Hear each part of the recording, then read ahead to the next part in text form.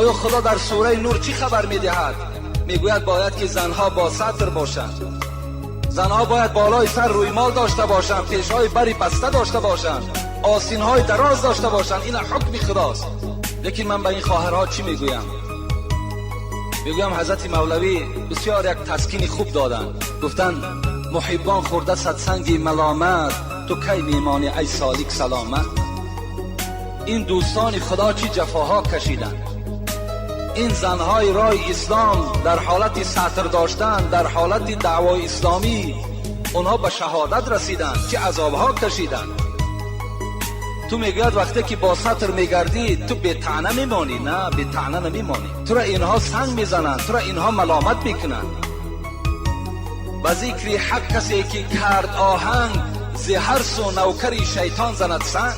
اگر کسی در راه خدا رفتار دارد، گفتار دارد و از هر طرف شیطان نوکارا شاگردهاش سنگ میزنند. ز هر سو میجکد سگ بر سری راه، نظر بر سگ مکن رو سوی الله. حضرت مولوی میگوید این کمپیرها و این موی سفیدهایی که شما را این گونه طعنه میکنن، اینها سگان هستند که میجکند، لکن تو بجکیدن این سگها از راه نمان. تو سطر تا کردن بگیر. هرچند که گردم با حیا، آبی که بی سرپوشه هست بیش و حکیم شد ورا. زنهایی که اگر سطر ندارن مثل همون ظرفهایی ده که آب میگیرن سرپوشه ندارن، مثل همون هستند. آبی بی سرپوشه وای مکروه است، وای دیگر نه طهارت میکنه نه خورده میتواند. زنی که حیا ندارد، زنی که سطر ندارد، وای همچون یک زنی مکروه است، یک زنی بدبخت است.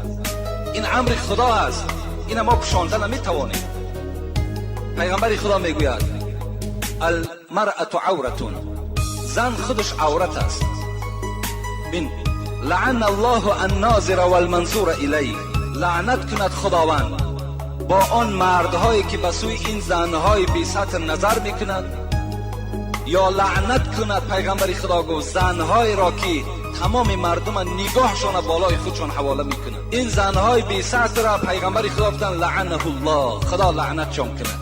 اینا در لعنت خدا گرفتار هستند. این سخن نه حاجی است، نه شیخ است، نه بافته. اینجا یک برادرم سوال کرده است که میگویند که همین سطر ما را طعنه میکنند که این سطر از ایرانیا است، این سطر از افغان هاست. این نه از ایرانی است نه از افغان هاست، این نه ساخته ملا است نه ایشان است نه شیخ است. این آیت قرآن است، این حدیث های پیغمبر خداست.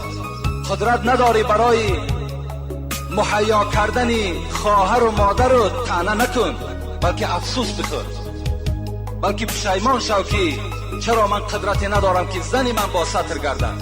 پشیمان شو که چرا خواهری من بی سطر است. این دا پشیمان شو، طعنه نکن. طعنه میکنی خداوند انشاءالله زبان تا بریده میکنه.